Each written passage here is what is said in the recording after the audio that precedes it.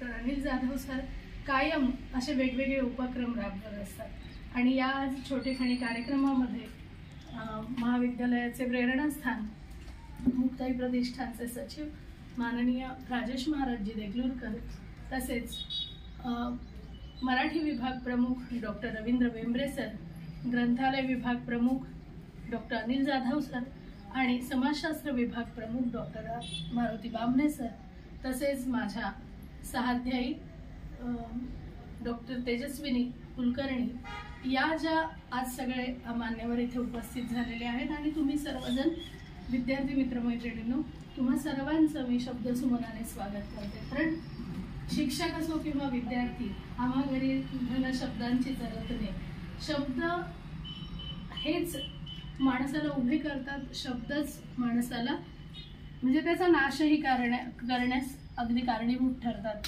ज्याला असं कबीर म्हणतो की ऐसी बानी बोलिये मन का आपाक होय, औरन को शीतल करई आपोही शीतल होय। कारण काय बोलावं, शब्दाला शस्त्रही करता येतं आणि शब्दातून शास्त्रही व्यक्त होतं। त्यामुळे काय बोलावं, कसं बोलावं, कुठे बोलावं हे भान देणारं वाचन हेच एक सूत्र धरून आपले हे नित्य कार्यक्रम सुरू आहेत। तर मी फार वेळ न घेता माननीय डॉक्टर अनिल जाधव सरांना अशी विनंती करते की त्यांनी आजच्या या कार्यक्रमाचं प्रास्ताविक करावं। या कार्यक्रमाच्या निमित्तानं महाविद्यालयाचे आदरस्थान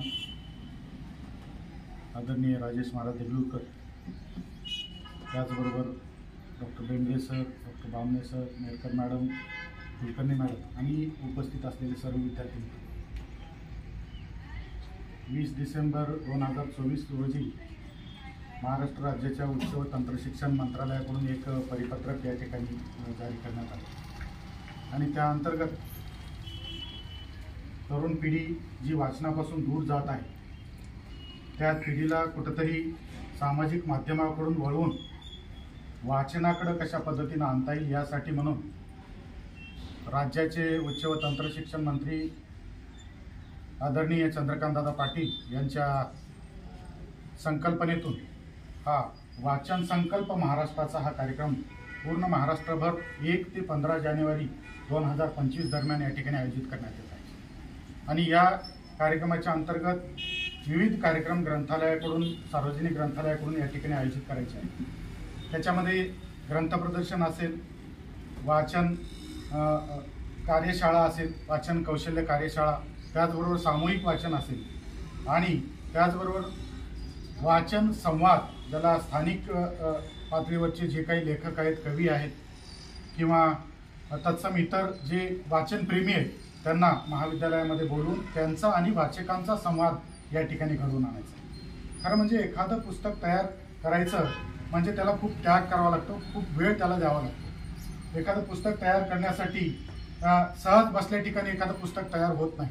तुम्ही एखादी गोष्ट लिहायला बसा, लिहिताना तुम्हाला शब्द आठवावे लागतात, तशा पद्धतीची सिरीज तुम्हाला त्या ठिकाणी यावी लागते आणि त्याच्यानुसार तुम्हाला त्या ठिकाणी लिहिता येतं। आणि एखादा लेखक जेव्हा लिहितो त्याचा पूर्ण अनुभव त्याच्यामध्ये तो ओतलेला असतो। म्हणजे एखादं चरित्र वाचत असताना, एखादी आत्मचरित्र वाचत असताना आपल्याला या गोष्टीचा अनुभव येतो की त्या लेखकाने जे जीवन त्या ठिकाणी कंठलेलं आहे किंवा जीवनामध्ये अनेक गोष्टीचा त्यांनी जो अनुभव घेतलेला आहे त्या सगळ्या गोष्टी त्यांनी त्या ठिकाणी लिहून ठेवलेल्या आहेत आणि वाचनाच्या माध्यमातून हे सगळे अनुभव काही मिनिटांमध्ये, काही वेळामध्ये आपल्याला या ठिकाणी घेता येतात। म्हणजे भूक काय, तहान काय, त्याचबरोबर दुःख काय, वेदना काय, यातना काय, विवंचना काय, या खरं म्हणजे कुणाच्याही वाट्याला येऊ नये। याचा अर्थ असा नाही की तुम्ही या सगळ्या गोष्टीची जाणीव तुम्हाला होऊ नये।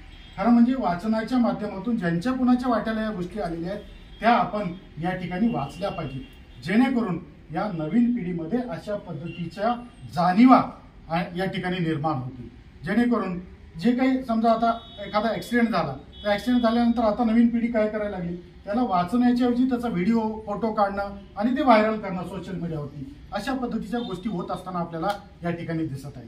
तर हे न करता व त्या ॲक्सिडेंट झालेल्या व्यक्तीला काय यातना होत असतील, काय वेदना होत असतील किंवा त्याला कशाची आवश्यकता आहे, तात्काळ त्याला प्राथमिक उपचाराची आवश्यकता आहे, या गोष्टीची जाणीव या नवीन पिढीमध्ये निर्माण करण्यासाठी या सगळ्या गोष्टी, हे जे कौशल्य आहेत हे सगळे कौशल्य वाचनाच्या माध्यमातून या ठिकाणी नवीन पिढीकडे येतात. युनेस्कोनं 10 लाईफ स्किल सांगितलेले, ज्याला आपण जीवन कौशल्य म्हणतो. हे जीवन कौशल्य ज्या विद्यार्थ्याकडे आहेत, ज्या व्यक्तीकडे आहेत, तो यशस्वीपणे जीवन या ठिकाणी कंठू शकतो असं युनेस्कोचं म्हणणं आहे. आणि हे अनुभव असा आहे की हे सगळे जीवन कौशल्य एका वाचन कौशल्यामध्ये या ठिकाणी येत असतात. त्यामुळं बोलायचं म्हणजे संवाद कौशल्य असेल, त्याचबरोबर परस्पर इंटरपर्सनल रिलेशनशिपचं कौशल्य असेल किंवा तत्सम इतर जे कौशल्य आहेत जे की आपल्या जीवनासाठी आवश्यक आहे, ते सगळे कौशल्य वाचनाच्या माध्यमातून तुम्हाला या ठिकाणी साध्य करता येतात. आजचा जो हा कार्यक्रम आहे तो आहे या ठिकाणी सामूहिक वाचनाचा. यापूर्वी आपण ग्रंथ प्रदर्शन घेतलं. या ग्रंथ प्रदर्शनामध्ये आपल्याकडे ग्रंथालयामध्ये नव्यानं आलेली जी पुस्तकं आहेत, ज्याच्यामध्ये या ठिकाणी 400च्या वर पुस्तकं महाराष्ट्र शासनाने आपल्याला या ठिकाणी दिलेली आहे मोफत स्वरूपामध्ये. आणि या पुस्तकांमध्ये विविध प्रकारच्या स्पर्धा परीक्षांची पुस्तकं या ठिकाणी आहेत. आणि त्याचं एक्झिबिशन आपण आत्ता 3 तारखेला या ठिकाणी भरवलं होतं. त्याबरोबरच या स्पर्धा परीक्षेच्या पुस्तकासोबतच आपण कथा, कादंबऱ्या, नाटक, प्रवास वर्णनं, चरित्र इत्यादी सर्व ग्रंथांचं या ठिकाणी प्रदर्शन भरवलेलं आहे. हे सगळे पुस्तकं आपल्याकडे उपलब्ध आहेत. खरं म्हणजे हे आपण ग्रंथ हे गुरु असं संबोधतो, पण ग्रंथ हे गुरु केव्हा होऊ शकतात? वाचनाची प्रक्रिया जर तुम्ही पूर्ण केली तरच ते या ठिकाणी गुरु होऊ शकतात. नाहीतरी कपाटातले पुस्तकं हे तिकडच या ठिकाणी राहून जातील. त्यासाठी आपण वाचलं पाहिजे.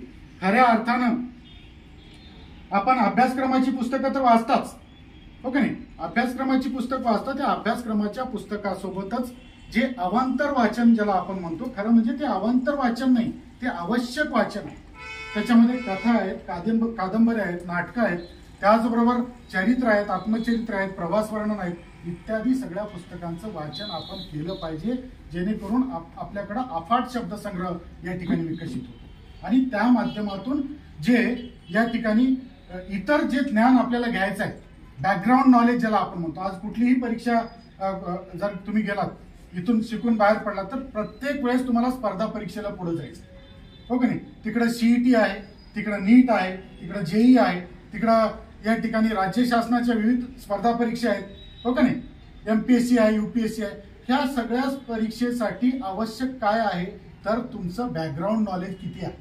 तुमच्याकडे बॅकग्राऊंड नॉलेज तुमचं या ठिकाणी पाहिलं जातं आणि त्याच्यानुसार ही परीक्षा या ठिकाणी तुम्हाला क्वालिफाय होता येते. आणि हे बॅकग्राऊंड नॉलेज कुठून येतं? या अभ्यासक्रमासोबतच तुम्हाला या सगळ्या ग्रंथांचं वाचन या ठिकाणी करणं गरजेचं आहे. तरच या ठिकाणी तुम्हाला या बॅकग्राऊंड नॉलेज सोबत या सगळ्या गोष्टी म्हणजे स्पर्धा परीक्षेला तुम्ही सामोरं गेल्यानंतर सहज या क्रॅक करू शकता. कुठल्याही IAS, IPS किंवा समाजातल्या यशस्वी व्यक्तीचं चरित्र काढून पहा, त्याचं लहानपणापासूनचं वाचन हे प्रचंड असलेलं आपल्याला या ठिकाणी पाहायला मिळतं. त्यामुळं आपल्या ग्रंथालयामध्ये खूप मोठ्या प्रमाणावर या ठिकाणी अशा प्रकारचं वाचन साहित्य उपलब्ध आहे, ज्याच्यामध्ये चरित्र आहेत, कादंबऱ्या आहेत, कथा आहेत, स्वमदत करणारे ज्याला सेल्फ हेल्प कॅटेगरी मधले जे पुस्तकं आपण म्हणतो, जे की तुम्हाला इन्स्पायर करतात, जे तुम्हाला प्रमोट करतात, अशा पद्धतीचं वाचन साहित्य सुद्धा आपल्या ग्रंथालयामध्ये खूप मोठ्या प्रमाणात उपलब्ध आहे. तर त्यानिमित्तानं मला तुम्हाला एवढंच सांगायचं की आज किमान काही वेळ या ठिकाणी आपण सामूहिक वाचन करू आणि त्याच्यानंतर आपला हा कार्यक्रम या ठिकाणी संपतो. थँक्यू.